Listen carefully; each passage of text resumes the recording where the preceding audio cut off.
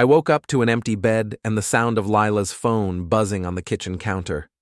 She'd left it behind in her rush to get to her early morning yoga class, something she'd started doing 3 weeks ago with religious devotion that would make a monk jealous. The phone lit up again, a text from someone named Eric. Now, I'm not the type to snoop. 20 years of marriage builds trust, or so I thought. But when your wife suddenly develops a passion for downward dog at 6 a.m. and starts buying lingerie she never wears around you, well, curiosity becomes a survival instinct. I picked up the phone. No passcode. She'd removed it last month, claiming it was liberating to be so open. The irony wasn't lost on me now. The message thread with Eric made my coffee taste like ash. Can't wait for our coffee date today. That little cafe on Maple Street, right? The one with the private booths in the back? I scrolled up. 3 weeks of messages. Coffee dates that lasted 4 hours.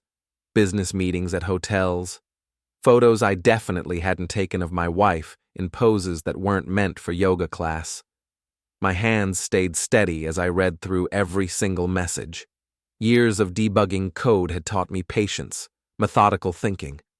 This was just another problem to solve, another system to understand before making any changes. The front door slammed. Lila's voice echoed through the house. "Owen, I forgot my phone. Have you seen it?" I set the phone exactly where I'd found it and took another sip of coffee. "Kitchen counter," I called back, my voice perfectly normal. "Right where you left it." She rushed in, her yoga outfit pristine, not a drop of sweat on her. Her blonde hair was perfect, makeup fresh. Either she'd found the fountain of youth at that yoga studio, or she'd been somewhere else entirely. "Thanks, babe." She grabbed the phone, kissed my cheek with lips that tasted like mint and lies. "I'm meeting Jennifer for lunch today, then I have that client dinner tonight. Don't wait up." Jennifer. That was new. Yesterday it was Sarah. Last week, Michelle. My wife had apparently developed the most active social life in the history of suburban New England. "Sounds great," I said. "Have fun with your coffee." She froze for just a second. "What coffee?" "The one you're always talking about. That new blend you love so much." Relief washed over her face. "Oh, right. Yes, it's amazing what they're doing with beans these days." After she left, I sat in my basement office and did what I do best. I gathered information. 20 years as a tech consultant teaches you that every system has vulnerabilities. You just have to know where to look. Lila's laptop was still logged into her email. Her social media accounts were open on her tablet. She'd gotten sloppy, overconfident. People always do when they think they're smarter than everyone else. Eric Stowe, business coach, married to a woman named Karen, 2 kids. His LinkedIn profile showed him speaking at motivational seminars, selling people dreams of success while apparently stealing other men's wives on the side. I spent the morning taking screenshots, copying files, building a complete picture. By noon, I had enough evidence to end my marriage and ruin 2 other lives, but ending things quickly would be too easy, too clean. They wanted to play games? Fine. I'd been writing code since before the internet existed. I understood systems, patterns, cause and effect. Time to show them what happens when you try to hack someone who actually knows what they're doing. I picked up my phone and sent Lila a text. "Hope Eric likes his coffee strong today.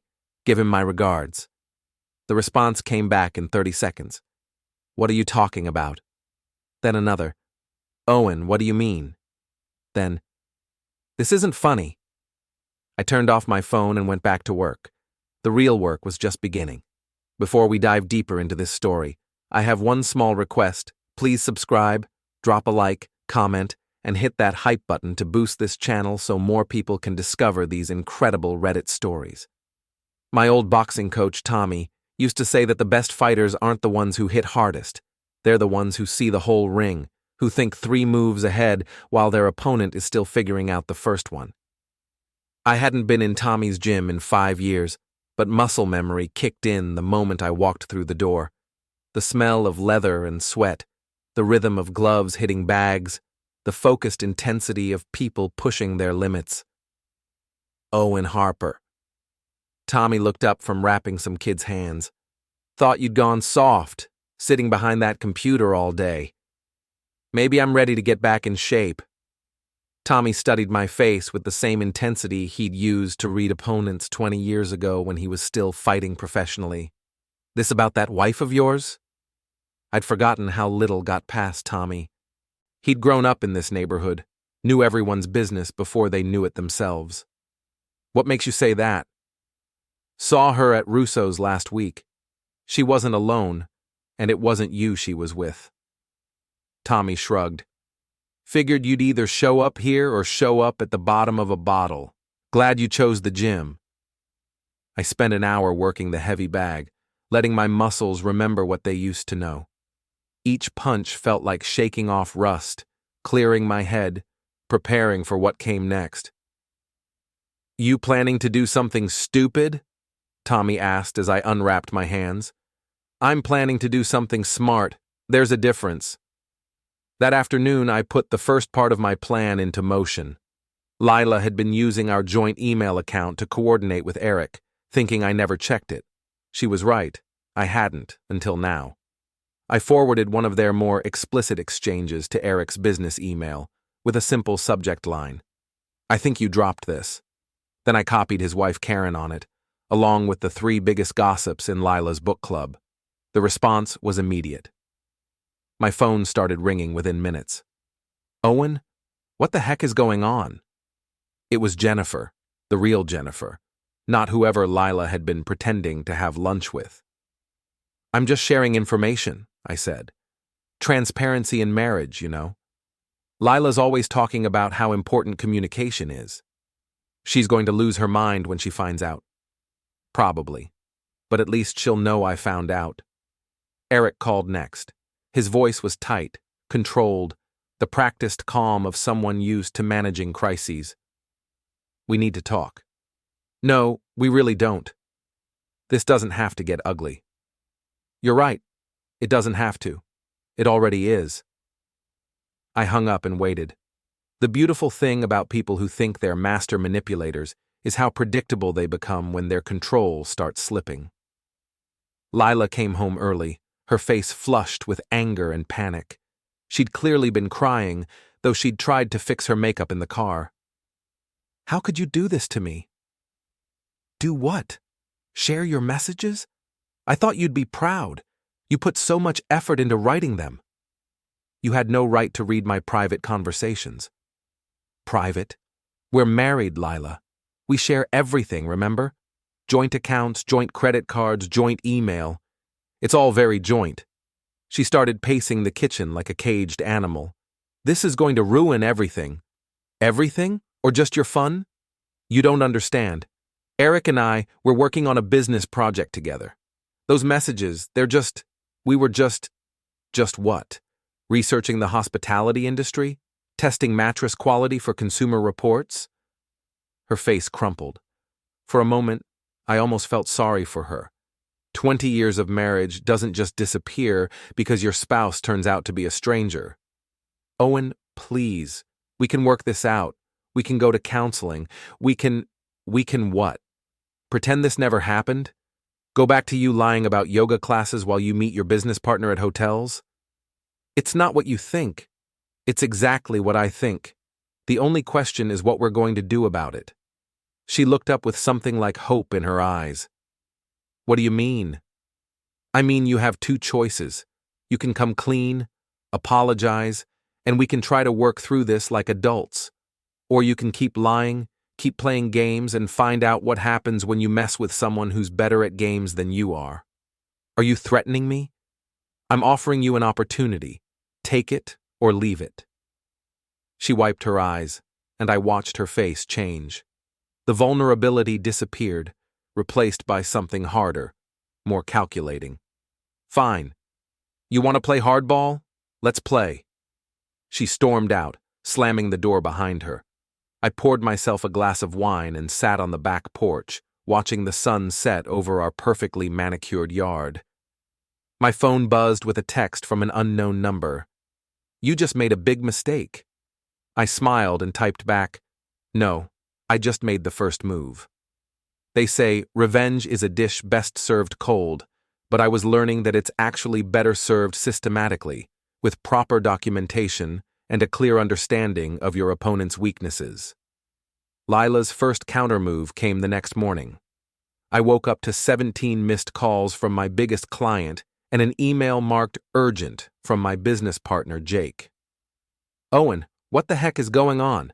Data Tech is saying you sent them a virus, that their whole system crashed after opening your project files." I checked my sent folder. Sure enough, there was an email I hadn't written, sent from my account to Data Tech's IT department, with a file attachment that had probably set off every security alarm they had. Clever girl. She'd used my own computer against me while I was sleeping, but not clever enough. "Jake, I need you to call Data Tech and tell them to check the metadata on that file. Look at the creation timestamp and the IP address it was sent from." "What are you talking about?" "Trust me. Have them run a full analysis on that email. I'll wait." 20 minutes later, Jake called back. The file was created at 2 a.m. from an IP address that traces to the Starbucks on Main Street, and the writing style analysis shows it wasn't composed by the same person who wrote your other emails. "Exactly. Someone's trying to sabotage my business, Jake. I think I know who. This is getting weird, man. You need to handle whatever's going on at home before it destroys everything we've built." He was right, but not in the way he thought. I wasn't going to let Lila destroy my business. I was going to use her attempt to destroy her own credibility. I forwarded the complete analysis to Lila's boss, along with screenshots of her threatening texts and a politely worded explanation that my wife seemed to be having some kind of breakdown and was lashing out at my clients. I suggested that her company might want to keep an eye on her behavior, as she clearly wasn't thinking clearly. Then I called Eric. "We need to meet," I said when he answered. "I told you we have nothing to discuss." "We do now. Lila tried to sabotage my business last night. That makes this more than just a marriage problem." There was a long pause. "What do you want?" "Parking garage behind the courthouse, 1 hour, come alone." The courthouse garage was perfect. Public enough to be safe, private enough to have a real conversation. Eric was waiting by his silver BMW, looking like a man who'd spent the night staring at the ceiling. "This has gone far enough," he said as I approached. "Has it? Because from where I stand, it's just getting started. Look, I'm sorry about what happened with Lila. Things got out of hand, but it's over now." "Over? Funny, because she was at your hotel again yesterday afternoon. Room 237 at the Marriott. You guys really should vary your routine." His face went pale. "How did you—" "I'm very good at finding information, Eric. It's what I do for a living. And what I've found is that you're not just having an affair with my wife. You're using her to get information about my clients, aren't you?" "That's ridiculous." "Is it? Because 3 of the companies Lila asked me about over dinner in the past month have suddenly decided they need business coaching. Your business coaching. That's quite a coincidence." Eric straightened up, trying to regain his composure. "You can't prove anything." "I can prove everything. Email trails, credit card records, hotel security footage. The question is whether I need to." "What do you want?"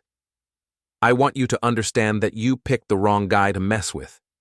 I want you to know that every move you make, every call you take, every client you meet with, I'm going to be watching.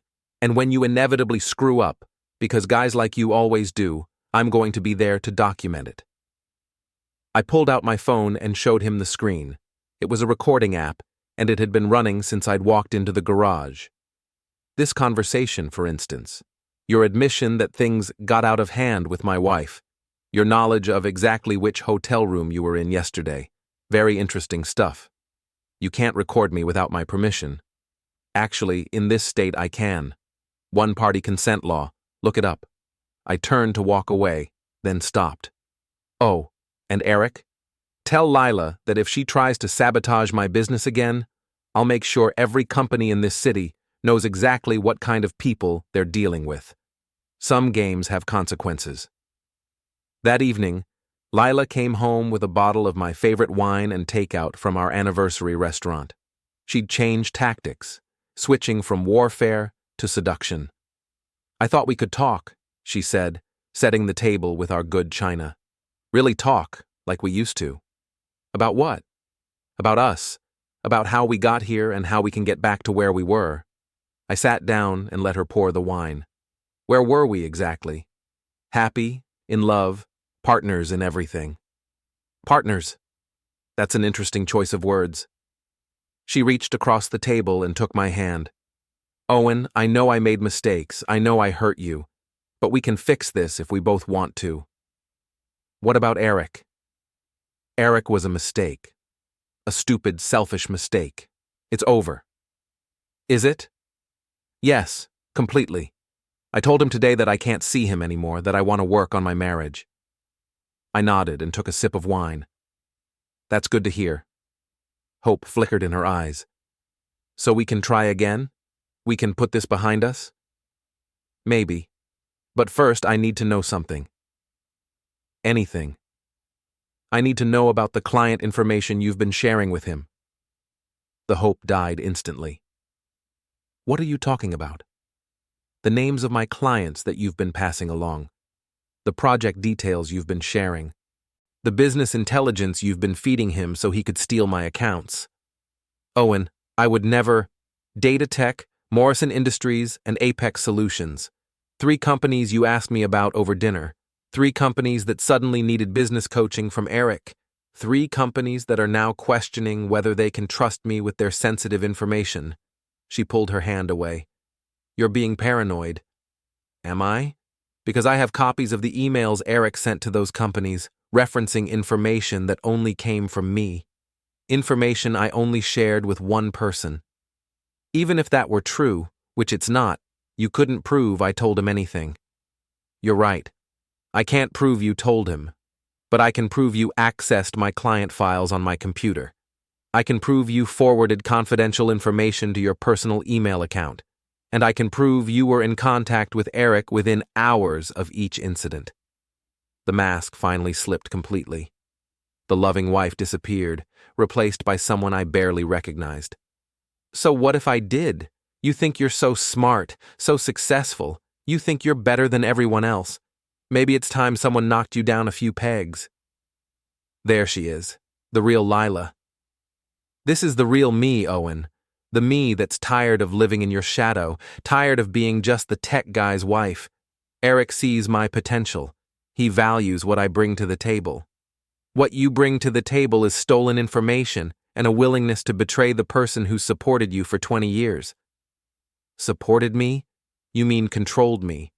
Kept me dependent on you, kept me small so you could feel big. I stood up and started clearing the table. "Well, you don't have to worry about that anymore." "What do you mean?" "I mean you're free, Lila. Free to be as big as you want, with whoever you want. Just not here, and not with my help." She followed me into the kitchen, her voice rising. "You can't just throw away 20 years of marriage." "I'm not throwing it away. You already did that. I'm just cleaning up the mess." "I'll fight you on everything. The house, the business, the accounts. I'll make sure you lose everything." I turned to face her, and she must have seen something in my expression that made her step back. "You can try," I said quietly. "But remember, I know things now. About you, about Eric, about what you've been doing. And unlike you, when I play games, I play to win." She stared at me for a long moment, then grabbed her purse and headed for the door. "This isn't over," she said. "No," I agreed. "It's not." After she left, I poured myself another glass of wine and sat in my office, looking at the files I'd compiled over the past week. Photos, emails, financial records, hotel receipts. A complete picture of my wife's double life. But as I studied the evidence, something nagged at me. The timeline was too neat, the trail too obvious. Lila was many things, but she wasn't usually this careless. Someone who could successfully steal client information and coordinate an affair for months shouldn't be leaving such obvious tracks. Unless she wasn't the mastermind I thought she was. I opened a new file and started digging deeper, following connections I'd missed before. By midnight, I had a very different picture of what had been happening, and I was starting to realize that I'd been playing the wrong game entirely. The revelation hit me at 3 a.m, staring at my computer screen with eyes that burned from too much caffeine and too little sleep. Lila wasn't the mastermind. She was the distraction. The real scheme was elegant in its simplicity. While I'd been focused on my cheating wife and her obvious affair, someone had been systematically stealing my client list, my project methodologies, and my business relationships. The affair wasn't the crime, it was the cover. Eric's business coaching company had been hemorrhaging money for 2 years, according to the financial records I'd finally thought to pull. Then, suddenly, 3 months ago, he'd landed a series of major contracts, all with companies that had previously worked with me. But Eric wasn't smart enough to pull this off alone. The digital fingerprints I'd been following led somewhere else entirely, to Chloe Martinez, Lila's best friend and social media manager. The same Chloe who'd been encouraging Lila's girls' nights out and yoga classes. The same Chloe who worked in digital marketing and knew exactly how to steal information without leaving obvious traces. I'd been so focused on the affair that I'd missed the real crime happening right under my nose. My phone buzzed. A text from Lila. "We need to talk. Meet me at Riverside Park in an hour. Come alone." It was 4 a.m. Either she couldn't sleep either, or something had spooked her enough to arrange a middle-of-the-night meeting. I grabbed my jacket and headed out into the pre-dawn darkness. Riverside Park was empty except for a few joggers and dog walkers. Lila was sitting on a bench near the fountain, looking smaller and more fragile than I'd seen her in years. "You came," she said as I approached. "You said it was important." "It is." She looked up at me, and I was surprised to see genuine fear in her eyes. "Owen, I think I'm in trouble. Real trouble." "What kind of trouble?" "The kind where people get hurt." She wrapped her arms around herself. "I need to tell you something about Eric, about what he's really been doing." I sat down beside her, maintaining distance but close enough to hear her whisper. "He's been using me," she said. "The whole time he's been using me to get information about your business." "I know." She looked startled. "You know?" "I figured it out. What I don't know is how deep you're in it." "Deeper than I wanted to be." She was quiet for a moment, watching the fountain. "It started small. He'd ask casual questions about your work, about your clients. I thought he was just making conversation." "When did you realize it wasn't casual?" "Last month when he started asking for specific information. Client contact details, project timelines, budget numbers. When I hesitated, he said it would help both our careers if his business took off." "And you believed him?" "I wanted to believe him. I wanted to believe that someone saw potential in me, that I could be more than just the tech guy's wife." The old hurt flared up, but I pushed it down. "What changed?" "Yesterday, after you confronted him, he called me. He was angry, scared. He said if this whole thing came out, he'd make sure everyone knew I was the one who stole the information. He has emails I sent him, files I copied. He could destroy me." "So you decided to come clean?" "I decided I'd rather deal with you than with him." She turned to face me. "Owen, there's something else. Something worse." "Tell me." "He's not working alone. Chloe's been helping him. She's the one who figured out how to access your files without leaving obvious traces.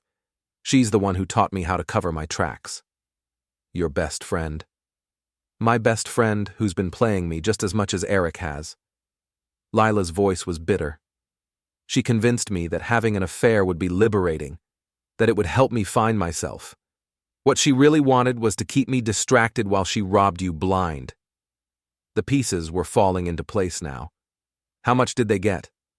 Everything.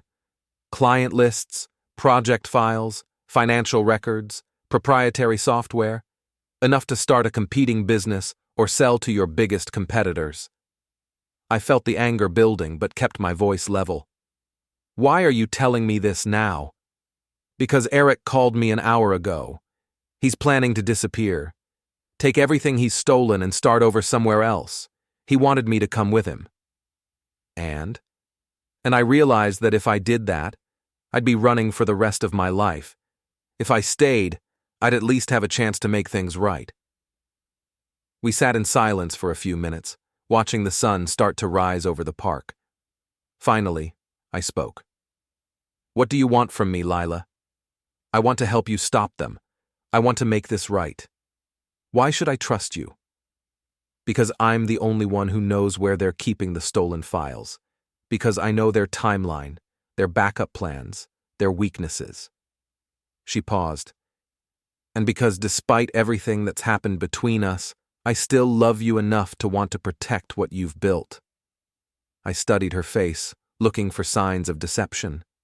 She'd lied to me for months, betrayed me in ways I was still discovering.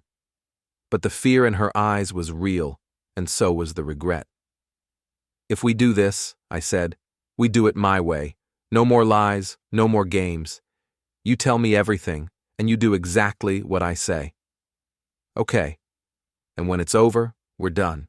The marriage, the house, everything.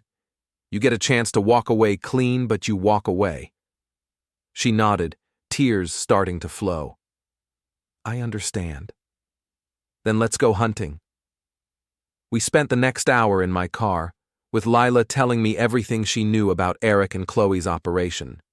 They'd been planning this for months, using her affair as cover while they systematically stole everything that made my business valuable. The stolen files were stored on a server in Chloe's apartment, backed up to multiple cloud accounts.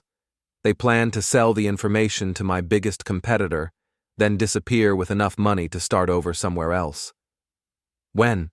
I asked. Tonight. There's a buyer meeting at the warehouse district. Chloe's bringing the files. Eric's handling the money. Who's the buyer? Tech Global. Your biggest rival. That stung. Tech Global had been trying to poach my clients for years, but I'd never imagined they'd resort to industrial espionage. We need evidence, I said. Something that will hold up in court and destroy their credibility. I can get you into the meeting.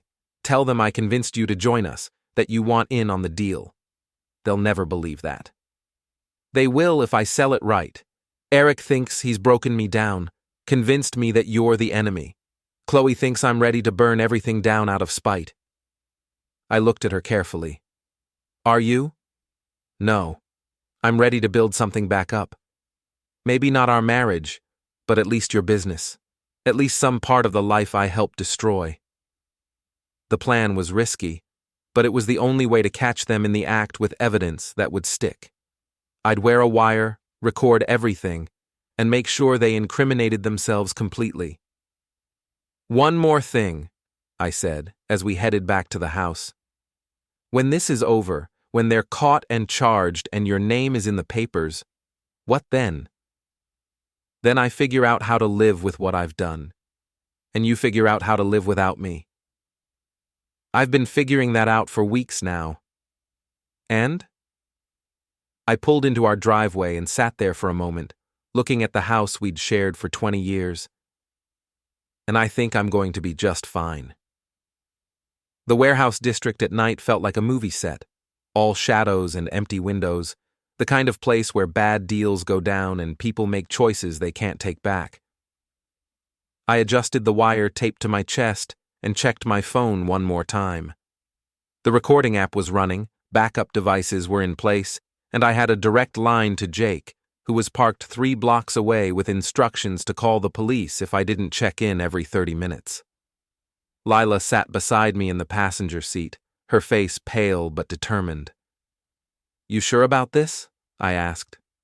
No, but I'm sure about what happens if we don't try. We'd spent the day rehearsing our story. I was the bitter husband who'd discovered the affair. and decided that if I couldn't have my wife, I'd at least profit from losing her. Lila was the guilty spouse trying to make amends by bringing me into the deal.